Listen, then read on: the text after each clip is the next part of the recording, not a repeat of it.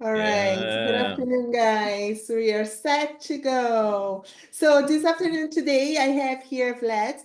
Vlad is the husband of Meg. Meg was here a couple of weeks ago. They both are Brazilians with lots of experience in Australia.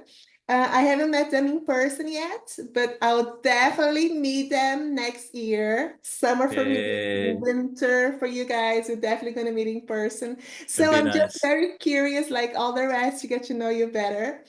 And yeah, so please introduce yourself to us so that we can start with the round of questions. Welcome once Uh, again. all right, here we go. So my name is Vladimir for my family and for Meg when she's upset. But everybody call him Vlad. So that's the way we go. Brazilian, born in São Paulo, 55 years old, um, and living the 10 happiest years of my life after Meg. You're gonna Yeah, you're gonna try to get her to talk, but she cannot talk sure. today.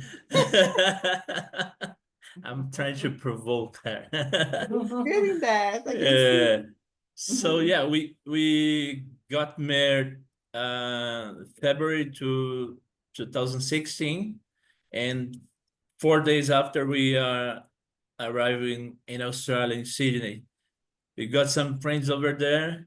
We had planned that, of course. We got the end of 2015 to plan both our wedding and our trip to Australia. And as Meg is a project manager, so we got on the wall both projects with all techniques of project management. So it was funny and yeah. At the beginning was our plan was to go there and stay for 6 months studying and another month traveling around. So it was 7 months. That was our plan. But then after 7 months, we both was like our English level is not as good as we intended to be at the time. So we decided to stay longer. And that was one thing lead to another. So at the end, it was over 8 years in Australia. It was a great experience. And I can't wait to hear all questions you may have. I'm glad All to right, answer I'm gonna them. go ahead because I raised my hands. It's gonna be the first question. Vlad, can you please tell us from your experience when you first arrived in Australia, and then of course the time they stayed there, what was the thing that you missed the most from Brazil? Uh, family for sure. I got two children. So I got a daughter and a son. They Oh, are now 33 and 24. That's okay. But by the time my my daughter was engaged, so she was about to get married, what she did 1 year out later. But my son was 14, mm, so that was he was 15 to 16, so that was a hard time. So we had a conversation before we decided to go. So that was the hardest part because we are very close. So he stayed with my mom while I was there. So that was yeah, with your mom? yeah, because he didn't want to live with his mom. So he was with Oh, my mom. So that was that's interesting. yeah, Okay. and yeah. But he later on he went to stay with us. He went twice. He stayed for 3 months. Then he decided to come back. Then after a while, he went back and stayed for another year, which was great. Yeah, to have him around. Yeah, I think the family that was the hardest thing. I got a big family. I got 7 sisters. Oh, really? Yeah. You're the only man among all these women? Oh, My older brother was also we were 9 siblings, so that was wow. yeah, that was something. The hardest thing when you have 7 sisters that you got 7 brothers-in-law. That's I can imagine. Oh my God. yeah. Okay, thanks for your answer. Is anybody else with a question? Because I don't see any hands. Let's go to Angelino because I think he's ready today. Hello, Right. nice to meet you. My Hello, question is, Jelena. you tried some special food in Australia? We always hear like kangaroos or some, some beetles, some crocodile. Hey, Angelina. Yeah, nice to meet you. That's a thing because always that's a question that come from like it's everybody. Oh, what they eat? What the Australian food? And the thing is, there is no such a thing as Australian food. They got so many uh influence, and most of the food is like a British, like pies or Fish and chips. fish and chips, which is British as well. It's not Australian. And kangaroo, we had that once in actually a Brazilian restaurant. Interesting. That was a um, kind of sweet meat like a lamb or something. But yeah, they the most common thing would be fish and chips, which is from UK, not really Australian uh, common food. What they do actually, they have a usually Australian, they got a very good breakfast with some hash brown, which is a kind of a potato, and it's scrambled eggs with a bacon and stuff like that. They got a good breakfast, and they barely eat on lunchtime. They go with something light. That's the way usually Australian go. Even in Gold Coast, that uh, kind of tourist place, not as busy as Melbourne or Sydney. Even then, they have that kind of lifestyle. A good breakfast, then that's the main meal of the day. All right. All right, Vlad, I have another question. Why did you guys decide to go to Golden Coast then? All right. So at the first we are thinking about Perth or Sydney, Yeah. but when we got to know Gold Coast and the whereabout, and actually the promise we got was like it's a city that got 300 sunny days Oh. every year, so that's something. And we are planning to stay near to the coast, so that we love the beach style, and that was we we are from São Paulo, and like, oh, that would be good to experience something more quiet, not so busy as Sydney or Melbourne. So Perth was an option, but was everybody was telling, that's so far, that's very the brown snake, which is the most dangerous snake in Australia, most of will be there, so we better to avoid it. So we decided to go to Gold Coast, and But was can you fly directly from São Paulo? I mean, São Paulo or Chile, or how do you get there? from to Gold Coast. Yeah.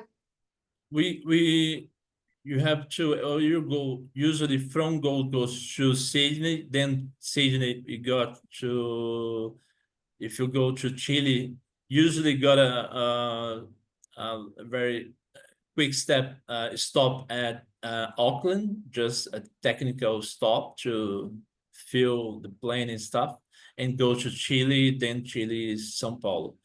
The other way would be from Gold Coast or Brisbane to Auckland, then Dubai another 15 hours to Brazil, to São Paulo. So you definitely miss one day for sure. Traveling. Sure. Yeah. When you go, you are behind, so you're gonna miss one day, and then when you come back, it's the other way around. You get, if you leave in the morning, you're gonna be on the night. Even traveling 26 hours, you're gonna be by night on the same day in Brazil, which is so in São Paulo we are 13 hours behind. 13. Okay. Yeah. And it's like from Golden Coast to Sydney, flying, how many hours? What would be like a 3 hours flight? I don't remember. Oh, so it's 2 far. hours, no, 2 hours flight. 2 hours flight. Yeah. And Not there is that no hard. time difference, because I know in Australia there's also some places with 1 hour difference, like São Paulo and Amazon region is also Yeah, 1 hour. Perth would be I don't remember the time in Perth, it's something like that. And they do the summertime, so Yeah. would be Gold Coast. It's like here in Brazil when you do the summertime hours. So the Northwest, they decide not to follow that. So if you think São Paulo would be 1 hour difference from Bahia, for example, which is not, but when the summertime it's changed. So that happened there as well. Even though Sydney is pretty much on the same time frame, but when they go on summer hours, it's gonna be a 1 hour different from Sydney. Usually the same time. Another question, but like Australia is a huge continent, let's call it. But if you are here on the East Coast, let's say, yeah, Golden Coast, Sydney, Melbourne, and in this West Coast, which cities are famous or Pretty much just Perth on that side. only? Yeah, the famous, just Perth. And you go get some small cities in between, and if you go to the middle, that's that is pretty much nothing. The outback, it's like as Meg said weeks ago, if you go there, gonna be 100 peoples in a city, like very small population, most of them aboriginals. So yeah. And if you go far north, then you go to Cairns and up, that gonna be also not biggest cities, that most small cities as well. Not the biggest would be on the east side and south and Perth. That pretty much the main cities. The Australia is populated all around the coast, pretty much. Yeah, that's the if you think about where the people are, they'll be around the coast, all around. And that's easy to imagine because it's a country as big as Brazil, for example, or United States, or something like huge, but they got only now 25 million people always spread around the coast. So that's, you can imagine how quiet would be in the middle. That is nothing, pretty much. Wow. Okay, thanks. Ara, you ready for a question? Hello. I just wanted to ask, which place in Australia is the safest, in your opinion? The safest place in Australia, you mean that because when you think about safety, you probably think about violence or crimes and stuff like that. Yeah. Yeah, so any small city would be very, very safe. Like it's a very safe place. When the city grows like Sydney or Melbourne, you start to see more episode, like some robberies, like someone took someone else's bike or car, but is not as crazy as other like I'm Brazilian, so I'm used to violence and all sorts of crimes and stuff. Like there, it's nothing to compare. I remember a guy from where's that guy from that we met at when we were studying English at the first 6 months. Nando, he was from Netherlands. He was like, "Oh, I don't feel safe in Australia," and I was like, "What?" So for me, it was a surprise that he didn't feel safe because the for his standard, so Australia wasn't a safe place. For me, like just to compare, if you leave your just a week ago here in São Paulo, some friends were having dinner or a pizza and in a outside table in a place, in a cafe or a restaurant, something like that. A group of robbers, they came and they took all mobile phones and wallets and stuff. So that was here in São Paulo. It would never happen in Australia. I have never heard anything like that. That's the other way. Like if you leave your phone, someone will, if you leave your phone in somewhere and you remember, oh, I left my phone. If you go there, probably it will stay there. I think the dangerous thing in Australia, if you go on the wild, like if you go hiking or stuff like that, you can find a snake or a spider or something like that. Then that's the dangerous thing in Australia.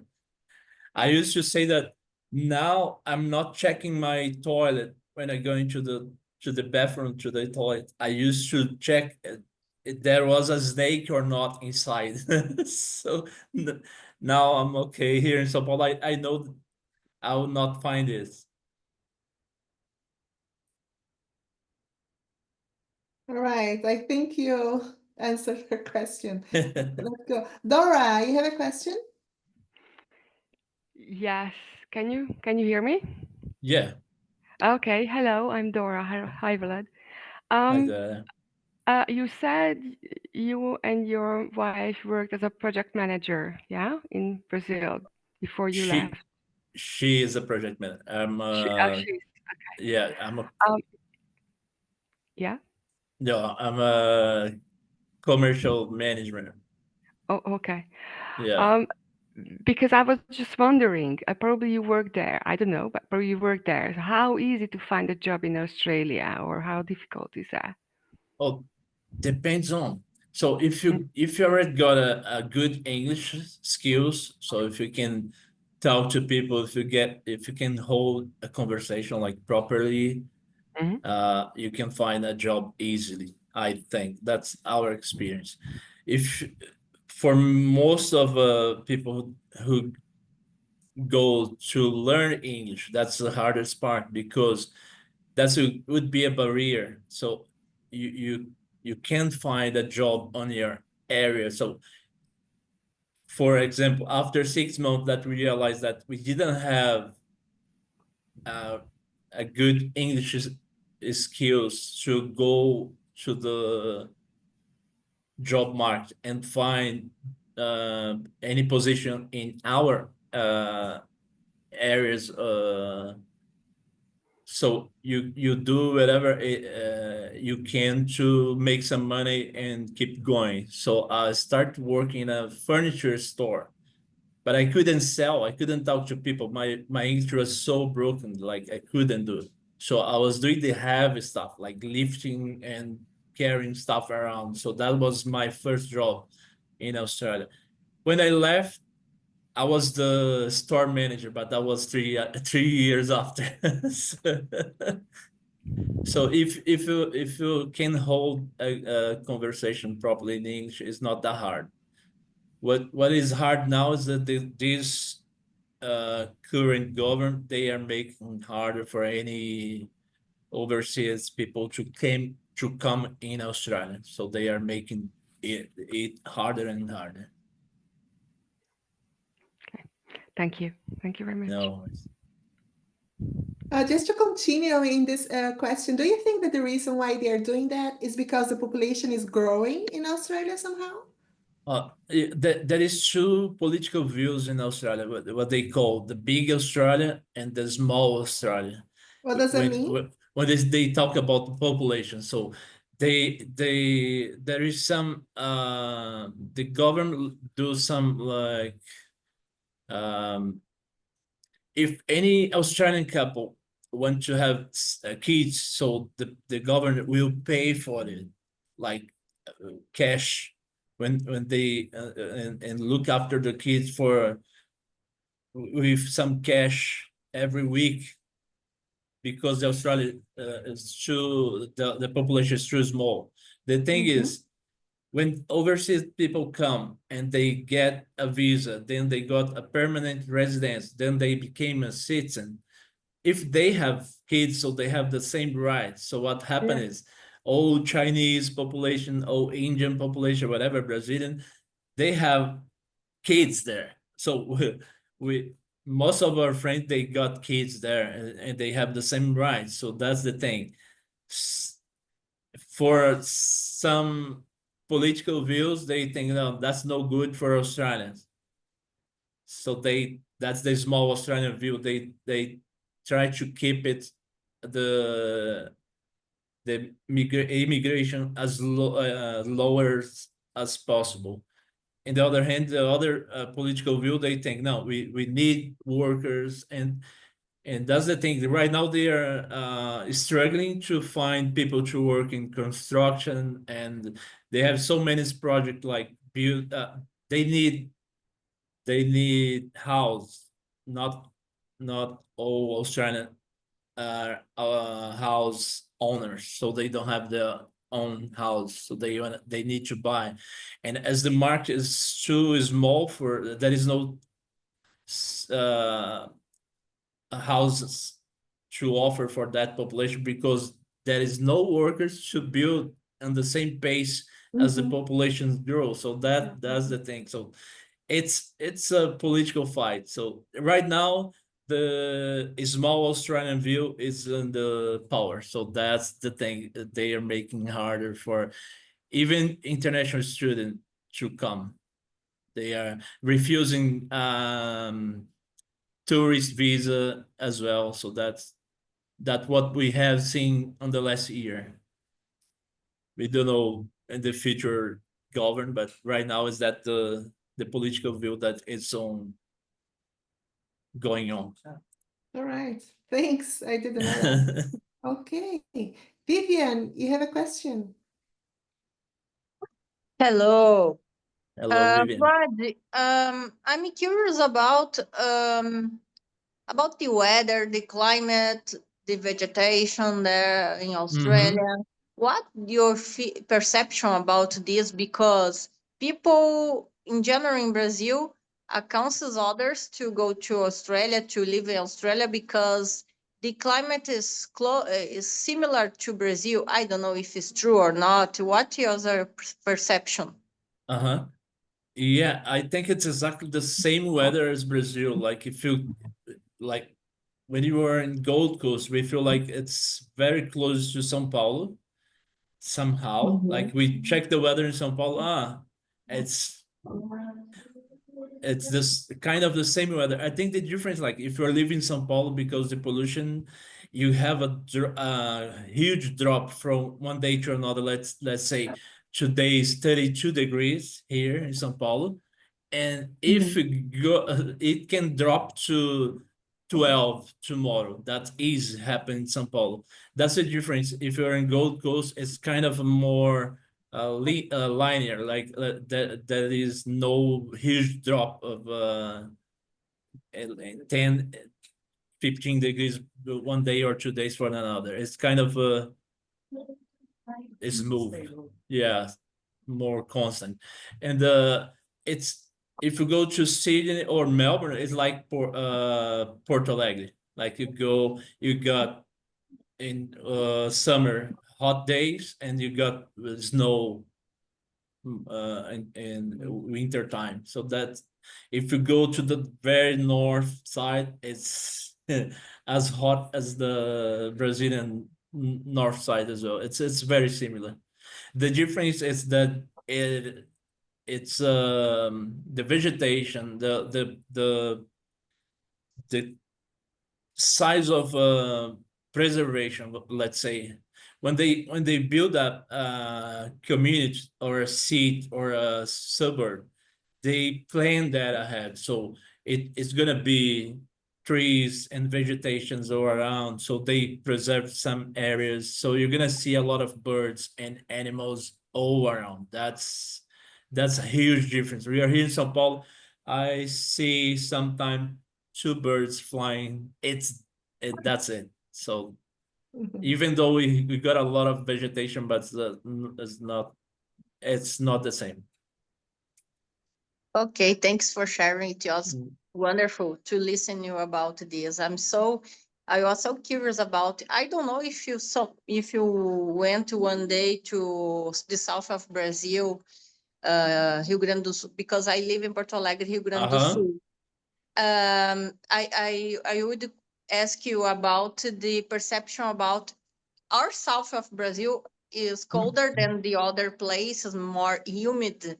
I don't know if you note this or you just notice the northeast of Australia. No, I think it's very similar. I experienced like -4 in Santa Catarina one day. Okay. And the weather in Melbourne that we have been on our last trip in Australia was cold as well. So that we didn't go on the winter time. We avoid as much as possible. But our old friend that went there was like, it's very similar to Brazil. The thing is, it's likely to have snow on winter time if you go to Melbourne. Yeah. No. Different, yeah. I live in a cold place, but in the summer is hot, like every place in Brazil during the summer. But in the winter, I especially don't like even living there. So I think Melbourne's not a good place for me. Yeah, we didn't like it either. We have been to Tasmania in a Christmas night would be summertime. So the Christmas night was 8 degrees. So for us, it was like, oh, come on. Yeah. It's not similar Brazil, 8 degrees in the summer. Yeah, but that was interesting because that was our experience. But when we left, the last day was 30 degrees. So it was kind of, we got kind of middle season. Yeah. Okay. Because the different from Brazil, Australia, they start summer time would be the summer will start on 1st of December. Let's say, yeah. Autumn would be 1st of March, then winter 1st of June, and spring will be on 1st of September. Always the first day. Yeah. Okay. And you feel that. Yeah, no worries. Okay. Thanks, Vivian. Rodrigo.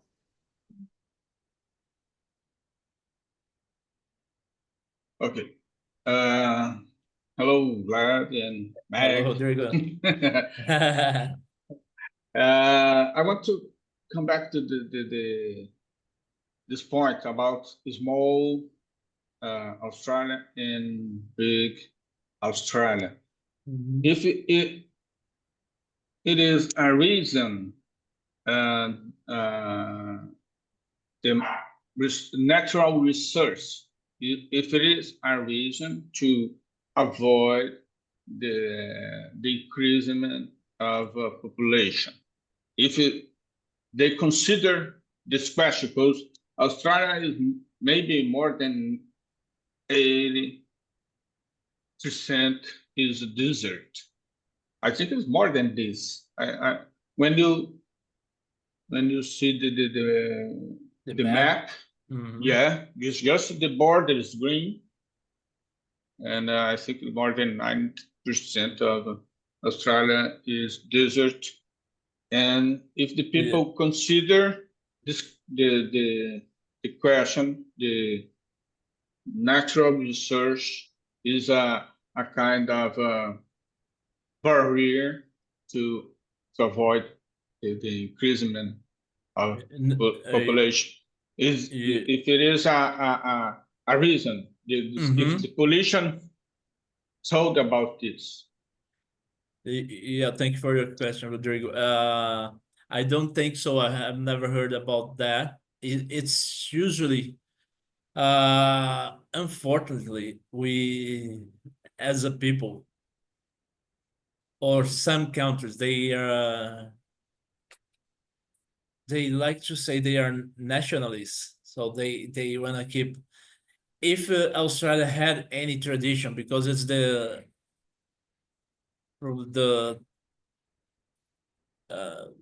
over 200 years old, so it's very new country if you think about old countries around. So it's most of a pressure from that population when it's political view, really. It's nothing to do about natural research or anything related to that. It's really a political view. They understand, oh, those people, they are coming and they are messing with our traditions or whatever. So that's the narrative behind it, which is sad because if you live in Australia in a very multicultural city as we did, like Gold Coast, we see how much the international population add to that place. It's sad to see that there is still people around that want to ban other population just because they have different point of view or different religion or different color of skin or something like that. It's sad when I think about that political view. That's the thing. Nothing to do with any natural resource. Yeah, because one thing that I know about Australia in different of other countries like the United States, because Australia fight with the government, fight against the bigger petroleum companies in different of United States, that the big company broke the law. In Australia, there are the beginning of this process, dangerous and process called fracking, that the people take the petroleum in very deep part of Earth. And in this process, there are a huge contamination. And I saw the water receiving gas from this process. In Australia, there was the beginning of this process, and the government and the population react against the power of this company, because there are a lot of power and a lot of money for this company, but the people in Australia really fight against this company. And in my mind, I think this question, natural resources, is very important is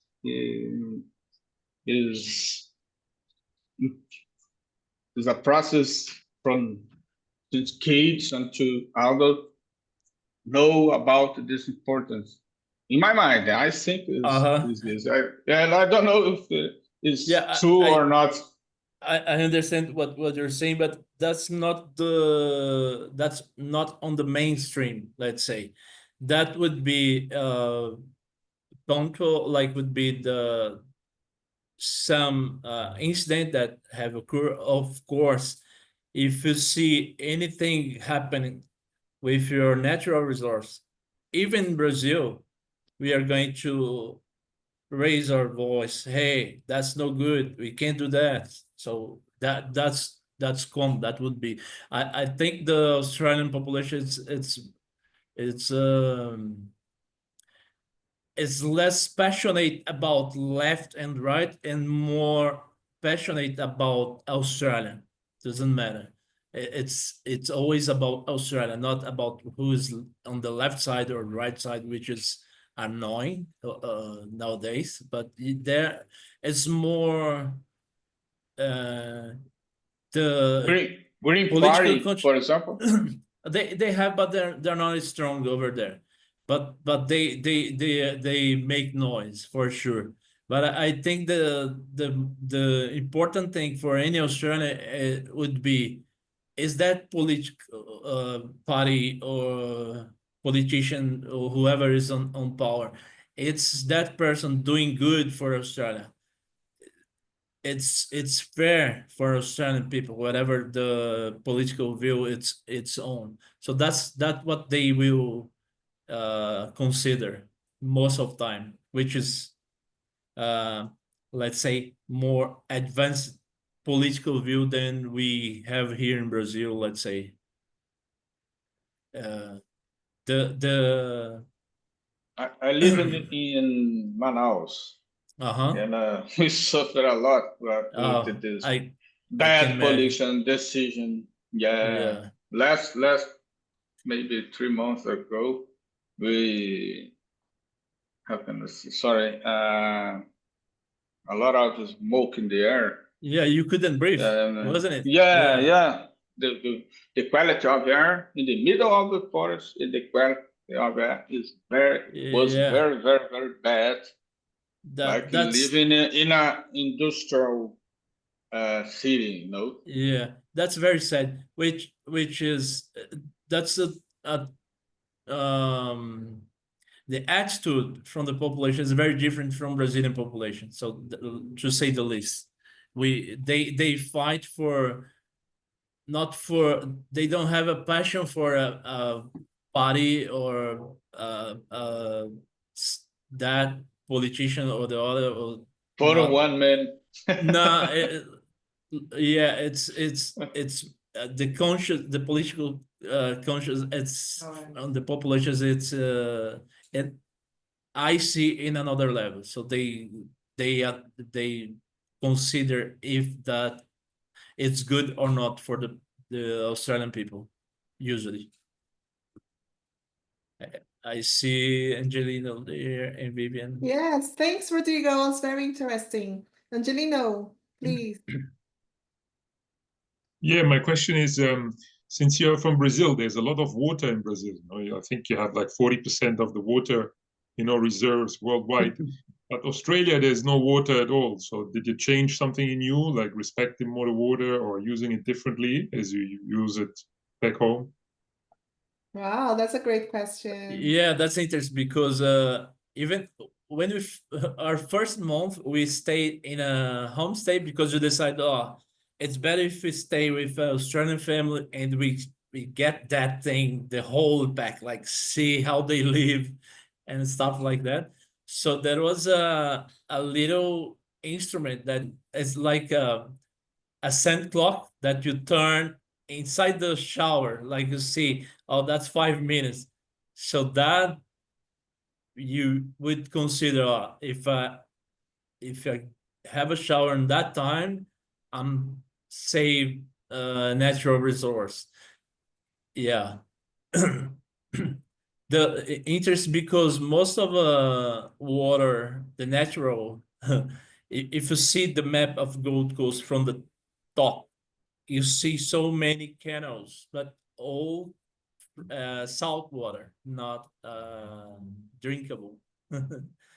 Yeah, so they have a very good understand of preserve and not to waste natural resource.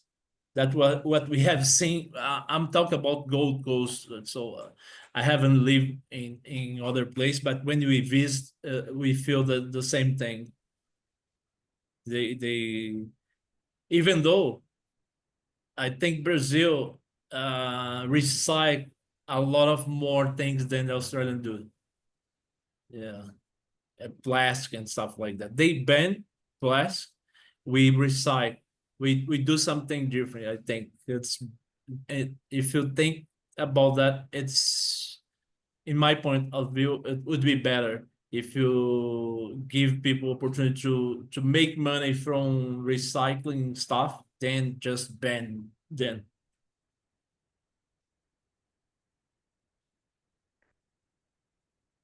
Did he answer a question, Angelino? Yes, thank you. All right. Vivian.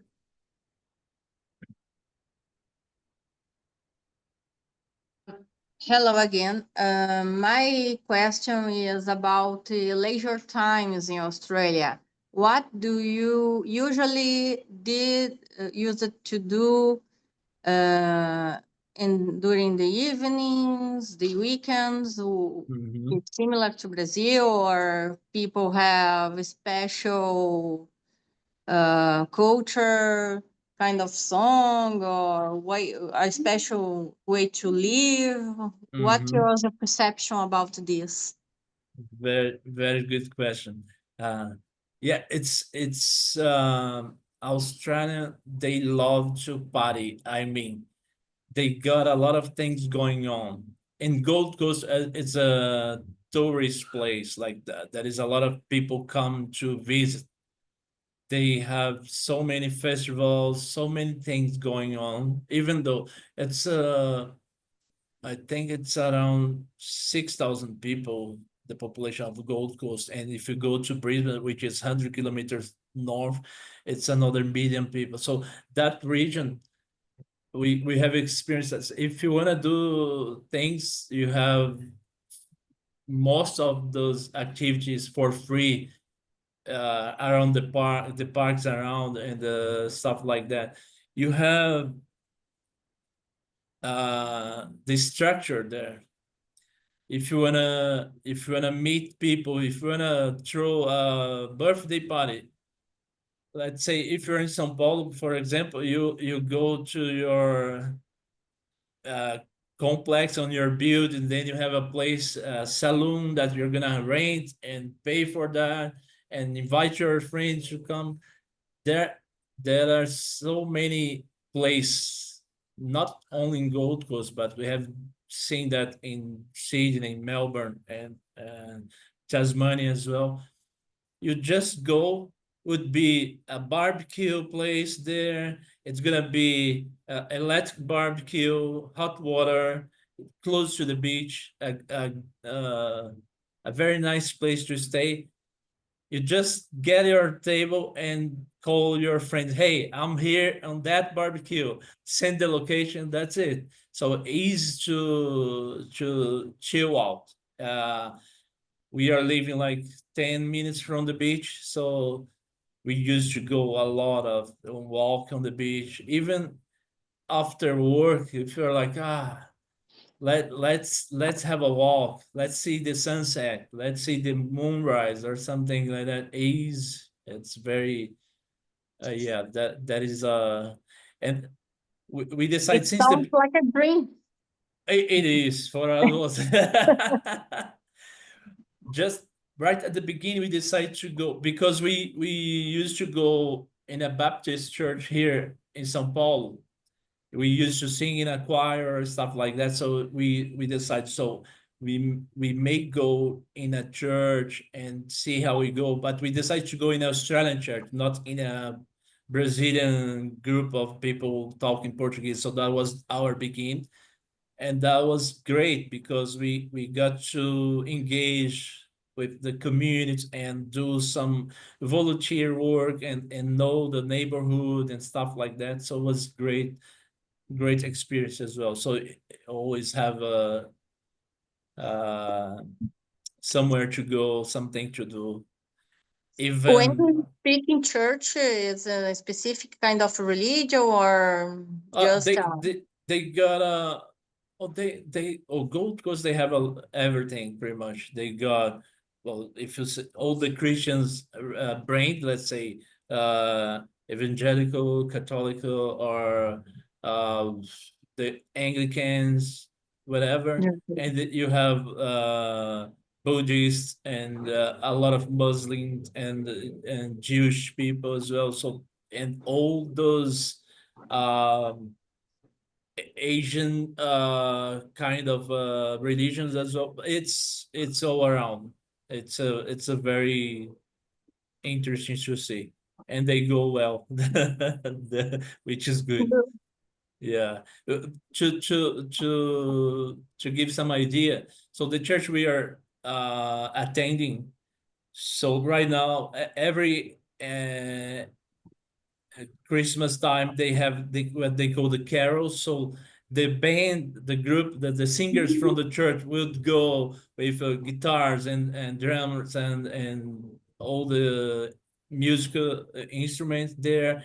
And there is a place on that suburb that the church is, there is a lake and there is a stage. So the government provide that time for the population come, like let's say 4,000 people around, and that would be a lot of activities and food truck and stuff like that. So, and the church get involved, helping people setting tables and stuff like that. So it's very the sense of community, like everything belongs to everyone. That's the great thing to experience there. Yeah. so amazing. Thank you very much for sharing. Thank you. Okay, Vlad. That's something that I've been not living in Brazil for so many years. I don't know if you have that in Brazil, and I'm pretty sure you missed that about Australia, right? And now you're working in Brazil, I presume. You're working. We start to set we are at the beginning we are looking after our apartment that had need some refurbishment and stuff. So we are pretty much done on that, and we just sign up a contract. We're gonna be entrepreneurs actually. We sign a contract with a franchise, so we're gonna be business consultant. All right, So because that was my question, because I was wondering, after spending 8 years in Australia working with the I'm assuming that you did work with some Australians, but as well multi cultures, right? Lots of people from everywhere. And Yeah. then you go back to São Paulo, even if you have lots of people from other parts of Brazil, it's still it's pretty much working with Brazilians. So would you please tell us a little bit about that? Because I think it's a huge difference for you to experience going back home and just staying with one culture. Yeah, that's a very good question, because it's interesting. If you don't pay attention, you're gonna upset someone because you got, let's say, I worked with he was from Spain, another one from Scotland, then the truck driver, he was Australian, then the other guy was from Mongolian. So it was very multicultural. So that, and you need to understand that, you need to go along like, okay, so like that's the way they talk, that's the way they behave. So you're always checking your behavior as well. If you're doing well, not upsetting anyone, and being polite and stuff like that. And as a Brazilian, we have another way to be like. It's we kind of have lost some of that, and we are trying to have you understand. Okay, so that's reality now. Okay, we have a different way to lead with people. It's different. Depending where you're working on. If you're working at office, and it's a different environment. I used to so my last job, I was a manager of a supermarket in and you got got people from Malaysia, from Philippines, a lot of Australian teenagers, because they got, as we have here in Brazil, so Yeah. they have the government got an incentive that the promote the first job and stuff like that. So if you don't understand the culture, you're gonna be in trouble. So it's in Brazil, we know a little better about the our behavior, and it's different. I don't know if I have answered your question. Yes, for sure. Because I can imagine it is difficult now for you. But are you still struggling, or you think you already adapted back to Brazil and the way they do things, and it's no problem? Because I think I worked when I was 17. I had my first job. 18, I worked still there, but I don't have any further experience. And I think that if I would go back now, it would be very difficult for me. And I have had some nightmares about that. I was just like, how would I survive? Like, how would I do that? I think the difference is because we as Brazilian, we say things very direct. Like we say, "Hey, do that." Australia would say, "Hey, would you be able to? Could you?" We Yeah. it's different. It's more polite. It's not they, even if they are not feeling that way, but they won't lose their thing. They will keep the thing. Oh, can you please, or something like that. Here, we are having lunch other day in a restaurant, and you're going to pay for the bill at the counter, and someone came behind us, shout, "Ha!" And I was, But what do you and mean, shouting at the employee? I couldn't understand because so shocking. I was like, "Oh, what happened? We are being it's something going on." No, the guy was just coming inside the restaurant selling some thing that he was walking by, and he came inside to sell something. It was like, my goodness, it would never happen in Australia. And I was like, oh, hi, yeah. So those kind of things still trying to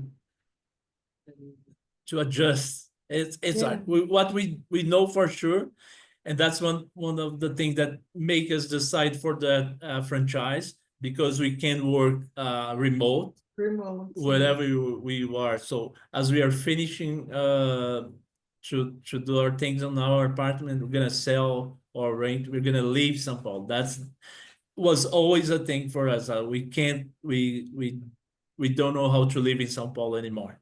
That's the thing. I can Too imagine. much. Can you please Yeah. share an experience, a job, something that happened at work that you were like shocked or that you really liked, so that we can know a little bit about working in Australia? Can you share anything? That is some work experience, like it's what we see. It's interesting. I don't want to sound rude, but Australians don't like to work that much. Oh my gosh. So like everybody Yeah. works part-time or something like that? Oh, Or they that's the thing. They don't have that thing of oh, that's scale 6-1 or 4-3, whatever. They have, it's so much more interesting because they have a casual job that it's a contract. They have a part-time job, they have a full-time. When you go to, if it's if you work in an office, say in a company, in a multinational national company or stuff like that, you're gonna be more okay, 8 to 5, Monday to Friday, something like that. But you're working in a store or a supermarket or in another place, most of people, many of them, they have more than one job because they go, I want to work the Monday, Tuesday on that place, some hours, and when I want to have a Wednesday, Thursday off. I'm gonna work Friday on that other place. So that happened. Or there are people, even young people, got I was a manager in that supermarket, and there was a guy. He just finished his uni, so he's think what he would do, but he likes to work less, so he is working 3 days a week only, and that's it. He decides to work the late hours, which pay a little more if you work night shifts, or like let's say 3 to 11, something like that, but just 3 days a week. So that he was like, no, that pays my bill. I'm fine. I got my car. I'm paying my rent. That's okay. So it's I think that's a Gold Coast thing as well. If you're going to Melbourne City, they're gonna be more ambitious. Like let's say they have more. They're gonna do a little more if they want to stay in a job.